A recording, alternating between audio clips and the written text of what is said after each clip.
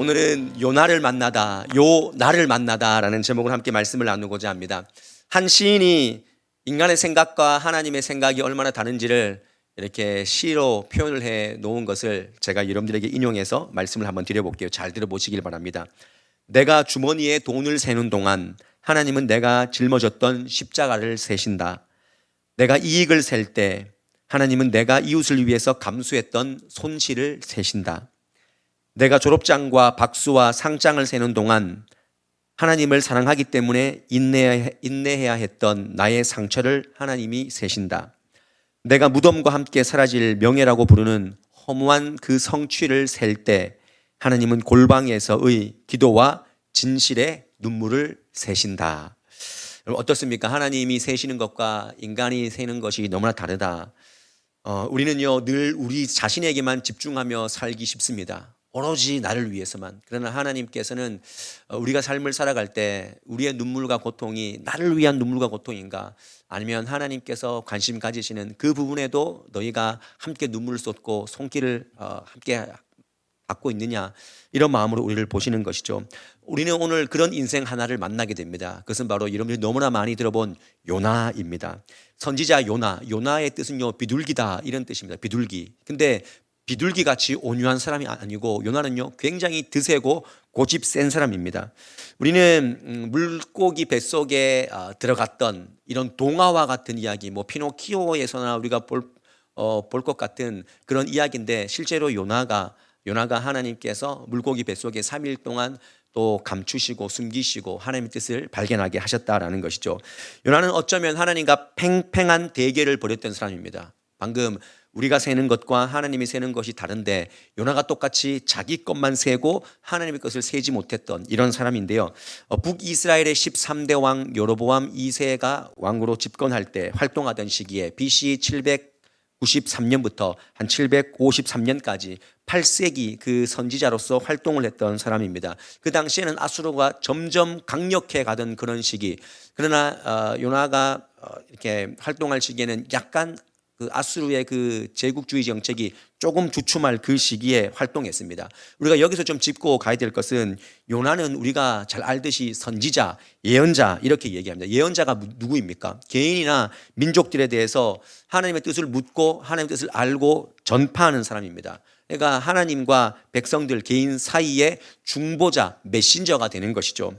우리가 흔히 알고 있는 제사장은 어떤 토라 티칭 그리고 제사를 관장하는 그런 사람이라면, 예언자, 선지자는요 중보자고 메신저입니다. 근데 우리가 예언자 할 때 앞날의 일을 미리 네가 이렇게 될 거야, 이런 식으로 뭔가 예견하는 사람이라고 알고 있지만, 우리가 잘 알고 있는 이 예언자 할 때 예자는요 미리 예자가 아니라 맡길 예자입니다. 하나님께서 네 입술 가운데 내 말씀을 맡겼어, 너는 맡긴 말씀을 전하면 돼 라고 불러주신 사람이 바로 선지자, 예언자고요.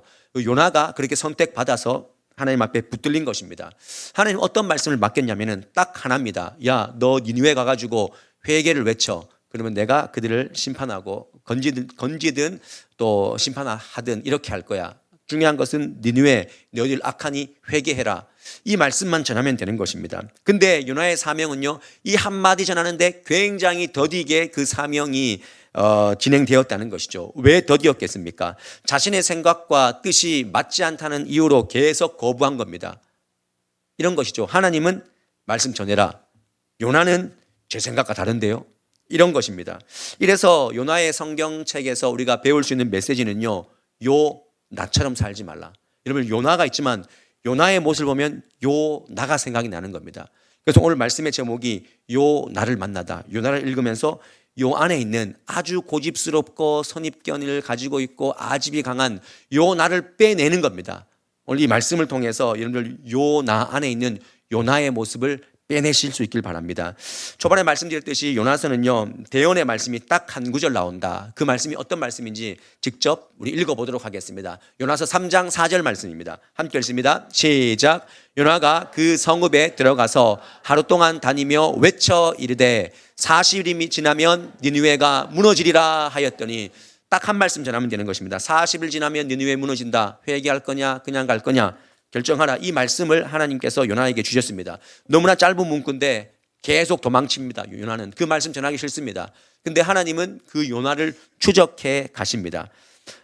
그래서 한마디도 요나는 순종하는 적이 없습니다. 그래서 비둘기인데, 이름은 비둘기인데 굉장히 고집이 세죠. 실제로 사장에 보면은 네가 성내는 게 옳으냐라고 하니까 예, 옳습니다. 이렇게 얘기했던 사람이 바로 요나입니다. 요나의 행적을 짧게 말씀드리면, 요나는 니느웨로 가서 외쳐라, 하나님이 그렇게 말씀을 주셨는데 3절에 니느웨로 가지 않고 다시스로 가게 되었다는 것입니다. 니느웨는 어떤 곳이냐? 니느웨는 아수르의 수도입니다. 수도. 지금으로 말하면 이라크 땅입니다. 근데 다시스로 갔다. 다시스는 지금의 어디냐? 스페인입니다.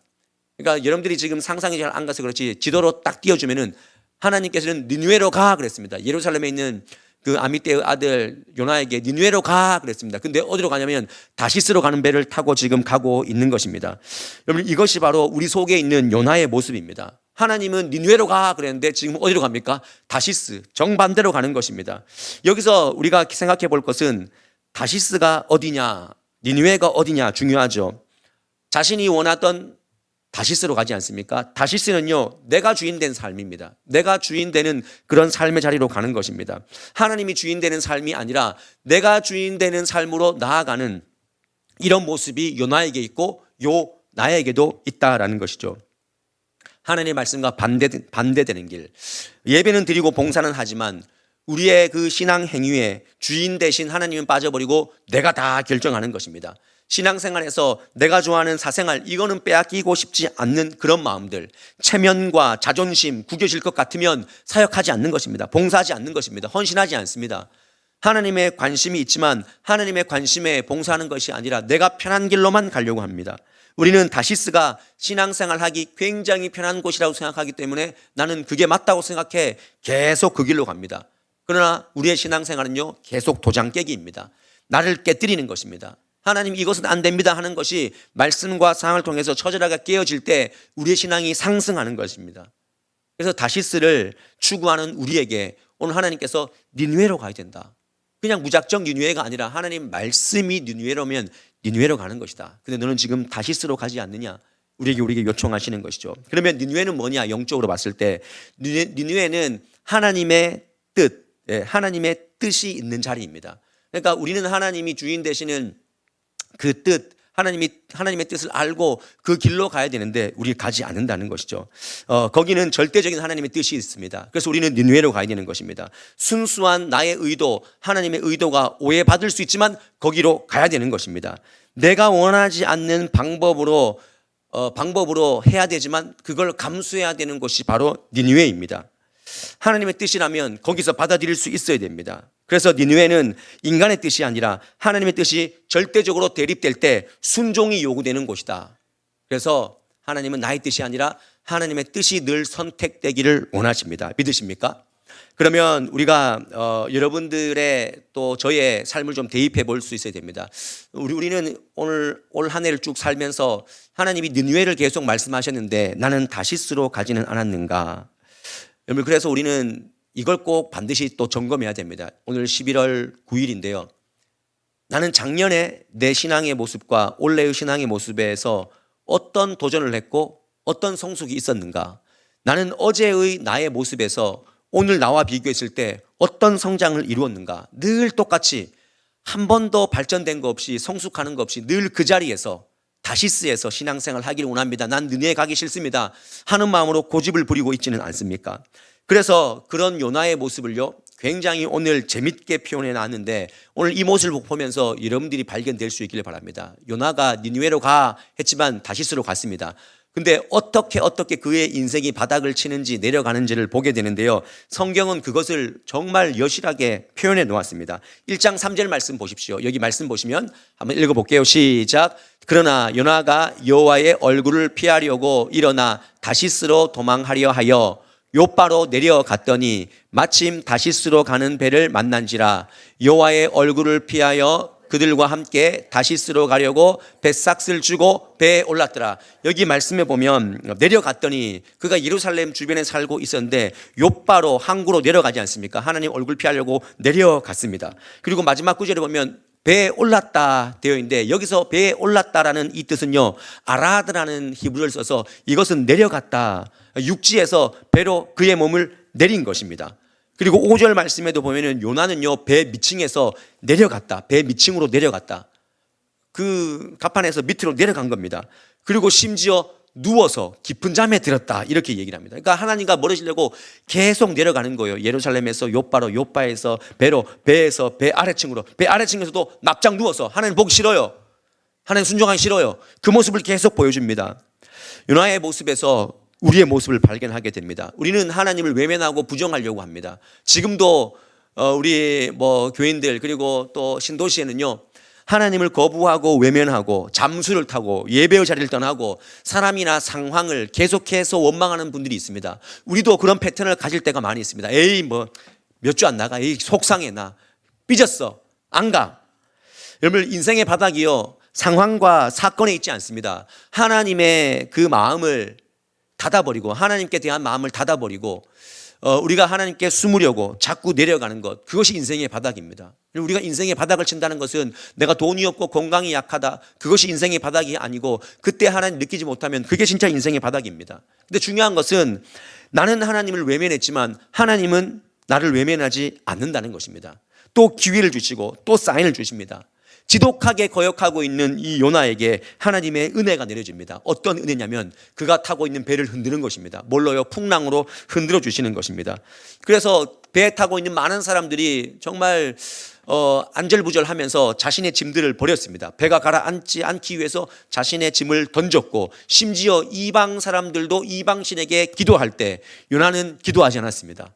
하나님의 백성에도 불구하고 그때 기도하지 않았습니다. 그래서 많은 사람들이 제비를 뽑습니다. 제비를 뽑아서 이게 어떻게 된 일이냐, 누구 때문에 이렇게 된 일이냐라고 할 때 요나가 뽑힌 것입니다. 그때 요나가 뭐라고 말하냐면 1장 12절 말씀에 이렇게 얘기를 합니다. 시작. 그가 대답하되 나를 던져 바다에 던지라.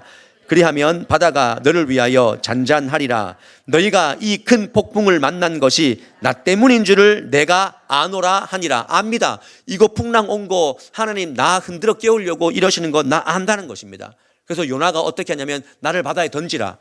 우리는 여기서 야, 요나가 살신성인 하는구나. 그렇지 않습니다. 이것은 내가 니느웨로 가는 것보다 내가 던져져 죽는 게 낫지 하는 마음으로, 포기하는 마음으로 자기를 던져라고 한 겁니다. 근데 하나님이 어떻게 하셨냐면은 이렇게 하셨습니다. 요나서 1장 17절 말씀 시작. 여호와께서 이미 큰 물고기를 예비하사 요나를 삼키게 하셨으므로 요나가 밤낮 3일을 물고기 뱃속에 있느니라. 이 말씀 듣고 아마 야, 사람이 어떻게 물속 그 물고기 뱃속에서 3일 동안 있을 수 있어, 아마 이런 마음으로 이 말씀을 불편하게 받아들이시는 분들이 분명히 있는 줄 압니다. 성경은요, 과학으로 증명할 수 없는 역사가 굉장히 많습니다. 어떻게 사라가 90세 노인이 임신을 할 수 있습니까? 나사로가 죽었는데 어떻게 다시 살아날 수가 있습니까? 어떻게 홍해 가다가 갈라졌다가 다시 합쳐져서 이런 일이 벌어질 수 있습니까? 그래서 성경의 이야기는요, 성경의 기적은요, 세상 법칙 위반이 아닙니다. 우리가 세상 법칙 위반이야, 이건 동화야, 지어낸 이야기야 라고 보는 것이 아니라 창조 하나님의 전적인 개입이다, 이렇게 봐야 됩니다. 왜냐하면 하나님은 생명의 주인이고 시간의 주인이시고 만물의 주인이시기 때문에 그렇습니다. 실제로 1년 전에 우리 권사님의 사위가 정말 의사가 봤을 때 야, 이거는 손 쓸 수 없습니다, 이건 제가 고칠 수 있는 병이 아닙니다 라고 그렇게 얘기했지만, 하나님의 강권적인 역사로 의사가 이게 어떻게 벌어지는 일입니까? 이게 어떻게 이렇게 가능한 일입니까? 할 정도로 손을 놨던 의사가 다시 검진했을 때 놀랐던 그런 사건이 오늘날도 일어나고 있는 것입니다. 그래서 우리는 이 명제를 꼭 기억하셔야 됩니다. 불가능은요, 믿음의 적이 아니라 믿음의 무대다. 우리 한번 저 명제를 읽어볼게요. 시작. 불가능은 믿음의 적이 아니라 믿음의 무대다. 불가능한 것이 있습니까? 하나님을 붙잡고 하나님 흔들어 깨우십시오. 거기가 우리의 믿음의 무대인 줄 믿으시길 바랍니다. 불가능한 것이 있다면 믿음의 판으로 만들어가는 것, 그러면 문제가 바뀌든지 내가 바뀌든지 하나님의 역사는 일어나는 것입니다. 그렇게 결국 내려간 요나는요, 인생의 바닥에서 하나님께서 건져 주셨습니다. 폭풍을 만나게 하시고 위협을 느끼게 하시는 거죠. 여러분, 혹시나 우리가 살면서 폭풍, 때 아닌 폭풍을 만나고 나를 막 흔들어 깨우는 그런 상황이 생기면 우리가 어떤 생각을 가져야 됩니까? 아, 하나님이 내가 원래는 니느웨로 가야 되는데 지금 다시스로 가고 있는 그런 불순종의 모습이 있구나. 하나님 나를 흔들어 깨우시는구나 하는 마음으로 그때 믿음을 발휘해야 될 줄 믿습니다. 인생의 바닥에서 하나님은요, 우리를 그냥 두는 것이 아니라 계속 누구를 만나게 하시고 말하게 하시고 목사님 통해서 입을 통해서 왜 저 말씀을 오늘 주시지? 이것은 하나님이 사인인 것입니다. 예비하심으로 건져주시는 것입니다. 그래서 시편 말씀에도 백성들이 환난 가운데 있을 때 말씀을 주심으로 건져주신다, 이런 말씀이 있습니다. 정신을 차리는 것이죠. 그래서 요나서 2장 말씀은요, 구구절절 요나의 기도로 다 채워져 있습니다. 그런데 요나가 그렇게 기도했는데 화장실 갔다 오기 전과 갔다 온 후가 마음이 다르지 않습니까?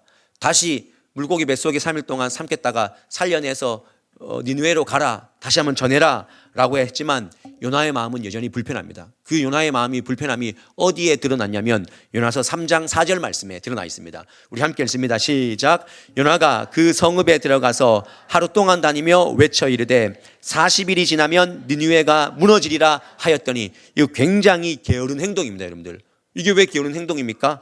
여러분 3장 3절 말씀 보십시오. 제가 읽어드릴게요. 니느웨는 사흘 동안 걸을 만큼 하나님 앞에서 큰 성읍이라. 3일을 걸어야 그 다 전할 수 있는데 요나는 며칠 걸었다고요? 하루 걸어 대충 그냥 대충 전한 겁니다. 야, 니느웨 사람들 너희들 악해, 망한다, 40일 이후에 망한다, 빨리 회개해. 그냥 대충 전하는 겁니다. 근데 어떤 일이 벌어졌냐면 3장 5절 말씀에 니느웨 사람들이 하나님을 믿고 금식을 선포하고 높고 낮은 자를 막론하고 굵은 베옷을 입은지라. 심지어 왕도 금식 선포하고 심지어 성경 말씀에는 짐승도 회개했다고 그랬습니다. 그러니까 싹 회개한 겁니다. 그때 요나의 마음이 4장 1절 말씀에 굉장히 불편합니다. 요나가 매우 싫어하고 성을 냈다 그랬습니다. 요나가 악이 된 거예요. 여러분들, 이렇게 악하게 사는 사람들이 평생 악하게 살다가 한 번 회개했다고 하나님이 그것을 심판을 안 거두고 구원을 받게 해줘? 이건 너무 불편한 거예요. 그래서 요나의 불편함은 두 가지입니다. 첫 번째는 하나님께서 심판하겠다라고 했지만 심판의 메시지를 이행하지 않았다는 것. 또 하나 불편한 것은 어떻게 이방 백성들, 악한 백성을 이스라엘 선민과 똑같이 놓을 수 있습니까? 불편합니다. 이것이 우리 신앙의 영적 딜레마죠. 예수님은요, 우리에게 이렇게 말씀하셨습니다. 나는 우리에 있는 나의 양들도 중요하게 여기지만 우리 밖에 있는 양들에게도 내가 관심이 있다. 그들도 구원해야 될 그런 백성들이다 라고 말합니다. 우리는 내가 하나님을 너무나 잘 알고 있어 하는 마음으로 나는 선택되었고 너네는 배제되었어, 그리고 내 생각으로 야, 저 사람은 절대 구원받으면 안 돼, 이런 마음으로 교만해 하지 않습니까? 하나님은 오늘 우리에게 말씀하십니다. 야, 악한 니느웨도 하나님 건지셨어. 그럼 너 뭐 할래? 너 어떤 마음으로 살래? 너는 사람에 대한 선입견과 고집이 너무나 많지 않냐? 그거 내려놓아라. 우리는 그 사람을 위해서 기도해봤냐? 그가 심판받지 않기 위해서 우리가 나와 똑같은 인생, 나도 요나 같은 인생인데 그들도 요나 같은 인생이고 같이 구원받아 마땅하지 않냐? 라고 우리에게 말씀하시죠. 우리에게는요, 이런 신앙의 이해도와 선입견을 가진 모습이 너무나 많습니다. 잘못된 이해, 신앙에 대한 잘못된 이해. 제 예를 한번 들어볼게요. 제가 신학교 갈 때 어떤 목사님이 저한테 뭐라고 얘기했냐면, 저는 이제 신학교 안에 있었지만 전공을 일반과를 했잖아요. 그러니까 그분이 저한테 저 들으라고 한 얘기 같은데 이렇게 말씀하셨어요. 나는 목사가 되려면 학부 4년 온전히 신학 공부하고 신대원 3년 온전히 신학 공부해야 그게 목사지, 그렇게 말씀하시더라고요. 그럼 나 들으라고 하는 소린가? 이 생각이 들더라고요. 그리고 한 번은 제가 전임 전사로 이렇게 청빙 받게 되었을 때 한 어른분이, 남자분이 저한테 이렇게 얘기를 하더라고요. 목사님은 어디 신학했어요? 이렇게 얘기를 하더라고요. 당신은 뭐 신학은 똑바로 했냐? 이런 얘기를 물어보신 거죠. 그리고 한 번은 제 친구 동기가 저한테 뭐라고 물었냐면, 야, 나 같으면 목회 그냥 지방에는 뭐 이렇게 부목사 이런 거 안 하고 나는 대번 선교 나갔어, 이렇게 얘기를 하더라고요 저한테. 여러분, 제가 이 세 가지 상황을 생각하면서 제 마음에 어떤 마음이 있었냐면, 첫 번째 그 목사님한테 저는 니는 앞으로 목회 얼마나 잘하는데 두고 보자, 이 생각을 했었고, 두 번째는 자네는 신학 어디서 했냐 이렇게 얘기했을 때 그럼 니는 신학 똑바로 생각하나, 제 마음에 이런 마음이 진짜 조금 있었습니다. 조금 있었어요. 지나고 난 다음에 좀 화가 나더라고. 왜 저 얘기를 나한테 하지? 그리고 나한테 했던 그 친구, 지금 그 친구가 목사 됐거든요. 그래서 나중에 속으로 쥐는 지금 선교 안 하면서 나한테 왜 그런 얘기했지? 제가 왜 이런 제 스스로를 돌아보냐면 제가 요나더라고요. 요나예요. 우리는 내가 막 의로운 척 하지만 속으로는 보면요 다 자기 선입견이 있고 자기도 막 계산하면서 지도 고집 있고 아집 있으면서 막 의로운 척 이렇게 설교하고 있잖아요. 제가 요나거든요. 여러분들, 우리 안에 이런 모습이 있어요. 저 사람한테는 절대 복음이 전해지면 안 돼. 저거 심판받아 마땅히. 나를 얼마나 힘들게 했는데. 우리 그런 마음이 있습니다. 저 사람이 천국을 갈 거면 나는 절대 천국 같이 갈 수 있겠나, 이런 마음들 우리 안에 있다는 것입니다. 하나님은 자신의 그 구원의 사역을 위해서 인간의 자유를 사용하시고 또한 하나님의 구원의 그 자유를 사용하시는 것입니다. 그래서 우리는 그 하나님의 구원의 영역 앞에 부름받은 사람이다. 그래서 우리는 부름받은 사명을 잘 해나가면 되는 것입니다. 정말 하나님께서는 니느웨가 힘들다라고 했지만 더 힘든 것은 요나였습니다. 우리는 다 힘들다고 하지만 하나님이 정말 봤을 때 힘든 건요 저와 여러분들 자신이 아닐까. 요나의 그 고집을 꺾는데 얼마나 힘들었습니까? 나중에는 박넝쿨 하나 하나님께서 요나가 이제 기대가지고 막 태양빛 햇볕에서 죽을랑 말랑 할 때 하나님이 박넝쿨을 하나 이렇게 주셨거든요. 근데 그 박넝쿨을 벌레가 갉아 먹었어요. 그러니까 그늘이 없어지니까 화를 내는 거예요. 왜 또 박넝쿨 없습니까? 야, 내가 박넝쿨 줬고 내가 없앴는데 네가 왜? 똑같은 거죠. 내가 니느웨 백성들 내가 구원시키고 내 한 영역이고 너는 그거를 따라가는 영역인데 왜 성질을 내냐? 내 자유로 구원하겠다는데 네가 왜 그러냐? 이렇게 하는 것이죠. 오늘 다시 한번 우리 안에 있는 요나와 같은, 우리가 요나 아니겠습니까? 요나와 같은 우리의 모습 가운데 요나의 모습을 뺄 수 있기를 원합니다. 우리는 구원을 위해서 쓰임 받을 뿐입니다. 내가 좋아하는 다시스가 아니라 니느웨로 때로는 가기를 원하시는 하나님, 온통 불평으로 가득한 그 하나님 앞에서의 우리의 불경스러운 모습을 다 버리고 조금씩 벗어져서 예전에는 그게 나에게 참 고집이었지만 그 고집이 조금 뜯겨나가고, 그래서 하나님이 준비하신 것들을 우리가 잘 이행할 수 있는, 명하시는 것들을 잘 이행할 수 있는 저와 여러분의 삶이 될 수 있기를 바랍니다. 결국 요나에게 어떤 메시지를 줬냐면요 그런 메시지를 준 거예요. 맞아요. 결국 이 요나서 다 끝에는 맞습니다.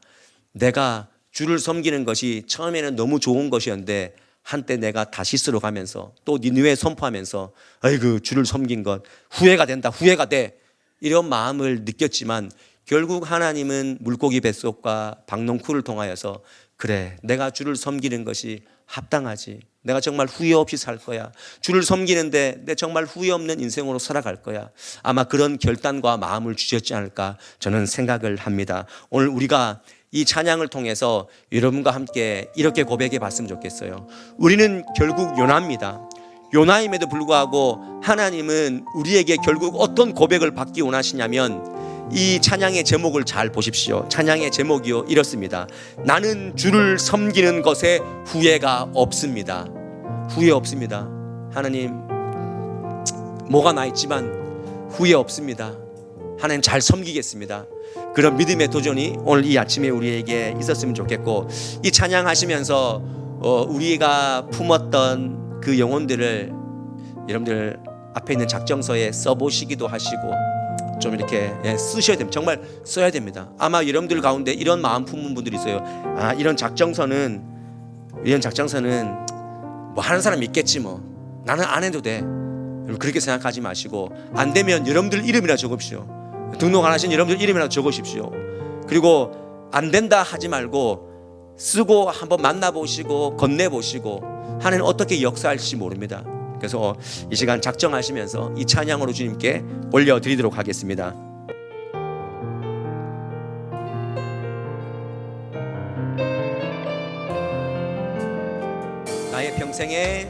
나의 평생에 가장 복된 일은 내가 예수님을 만난 것이라.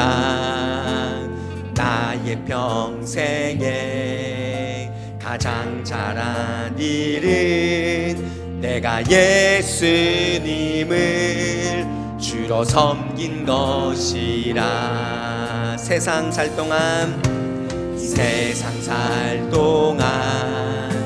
내가 걷는 길이 때로 때론 험하여서 넘어질 때도 주의 강한 손이 나를 붙드시니 나는 예수님만 주로 섬기며 살리. 나는 주를 섬기는 것에 후회 없습니다. 나는 주를 섬기는 것에 후회가 없습니다. 내가 걸어온 모든 시간 다 주의 은혜, 내가 걸어갈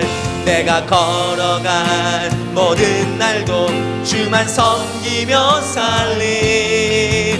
오직 예수 이름 부르며 따라가리. 나는 주를 섬기는 것에, 나는 주를 섬기는 것에 후회가 없습니다.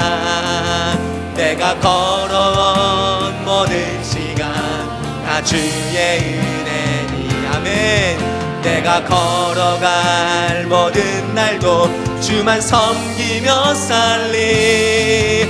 오직 주 이름 부르며 살아가. 우리 그 자리에 일어나서 이것이 나의 간증입니다. 이것이 나의 간증이요, 이것이 나의 찬송일세. 나 사는 동안 끊임없이 구주를 찬송하리라. 구주를 찬송. 한 번 더. 이것이 나의 간증입니다. 이것이 나의 간증이요, 이것이 나의 찬송일세. 나 사는 동안 끊임없이 구주를 찬송.